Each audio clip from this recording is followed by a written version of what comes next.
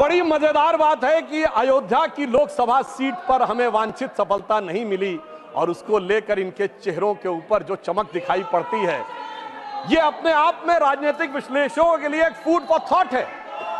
क्योंकि इस प्रकार का एक वातावरण इस देश में बनाया गया कि एक वर्ग के लिए all eyes should be on Rafah, चाहे किसी को पता हो रफा है क्या, कहां है ये ना पता हो, पर दूसरे के लिए all eyes should not be on Ayodhya. परंतु मैं ये भी बताना चाहता हूं सभापति महोदय, ये लोग समझ नहीं पाए।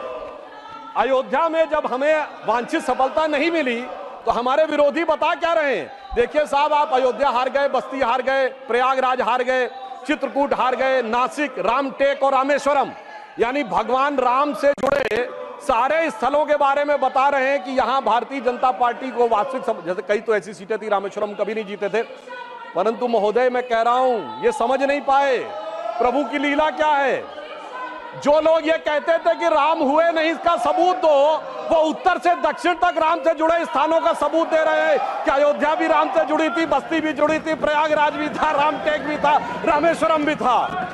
अरे आपको लगता है कि भगवान हमको हरवाने के लिए आए थे? नहीं, आपको अपना अस्तित्व मनवाने के लिए आए थे। और मैं ये भी बताना चाहता हूं महोदय, रामचरितमानस और रामायण में भी उल्लेख है कि एक बार नागपाश भगवान राम को भी लगा था और नागपाश लगने के कारण एक मूर्छा आ गई थी और तब राम विरोधी दल में बड़ी खुशियां छा गई थी, मगर वो प्रभु की लीला का हिस्सा था, सिर्फ हनुमान जी को अपनी शक्ति याद दिलाने के लिए। और ऐसा पहली बार नहीं हो रहा है, ऐसा पहली बार नहीं हो रहा है सभापति महोदय। आज से 30 साल पहले मुझे याद है उत्तर प्रदेश में जब समाजवादी पार्टी और कांग्रेस सबने मिलकर सरकार बनाई थी, सपा बसपा और कांग्रेस आई ने मिलकर, तब एक नारा लगा था कि मिले मुलायम काशी राम, हवा में उड़ गए जय श्री राम। मगर हम तब भी नहीं डिगे थे और जो हवा में उड़ाने की बात कर रहे थे, 3 साल में हमने केंद्र में सरकार बना के दिखा दी थी और उत्तर प्रदेश में भी सरकार बनी थी। अरे अब तो इतना अंतर आया है, तब आप हवा में उड़ाने की बात कर रहे हैं, अब आप एक एक स्थान को बता रहे हैं। आप निश्चित रहिए, जिसे एक हम लोग जो प्रसिद्ध भजन सुनते थे उसमें यह कहा गया है, जो हनुमान जी का प्रसिद्ध भजन है कि रावण युद्ध अजान कियो तब नाग की फांस सबे सिर डारो। परंतु चिंता मत करिए, वो शक्ति पुनः जागृत हो रही है और वो जागृत होकर हमें पुनः वहां तक पहुंचाने का प्रयास रखेगी। और एक मैं गंभीर बात करना चाहता हूं, श्री राम का विषय हमारे लिए हार जीत का विषय नहीं है।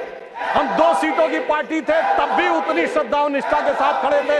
हम 86 सीट पे भी वैसे ही खड़े थे, 120 पे वैसे ही खड़े थे, 182 पे वैसे ही खड़े थे, 282 पे वैसे ही खड़े थे, 303 पर वैसे ही खड़े और 240 पर भी वैसे ही खड़े हुए हैं। आपके लिए चुनावी हार जीत का विषय होगा, हमारे लिए चुनावी हार जीत का विषय नहीं है।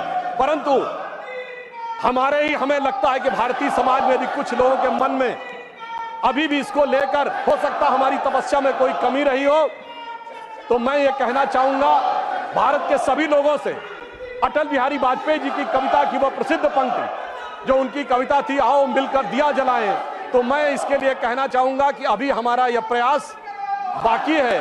तो एक पंक्ति उनकी मैं कोट करना चाहता हूं जो आज की परिस्थितियों में बहुत समीचीन लगती है कि आहुति बाकी यज्ञ अधूरा, आहुति बाकी यज्ञ अधूरा, अपनों के विघ्नों ने घेरा, अंतिम जय का वज्र बनाने नवदधीच हड्डियां गलाएं, आओ मिलकर दिया जलाएं।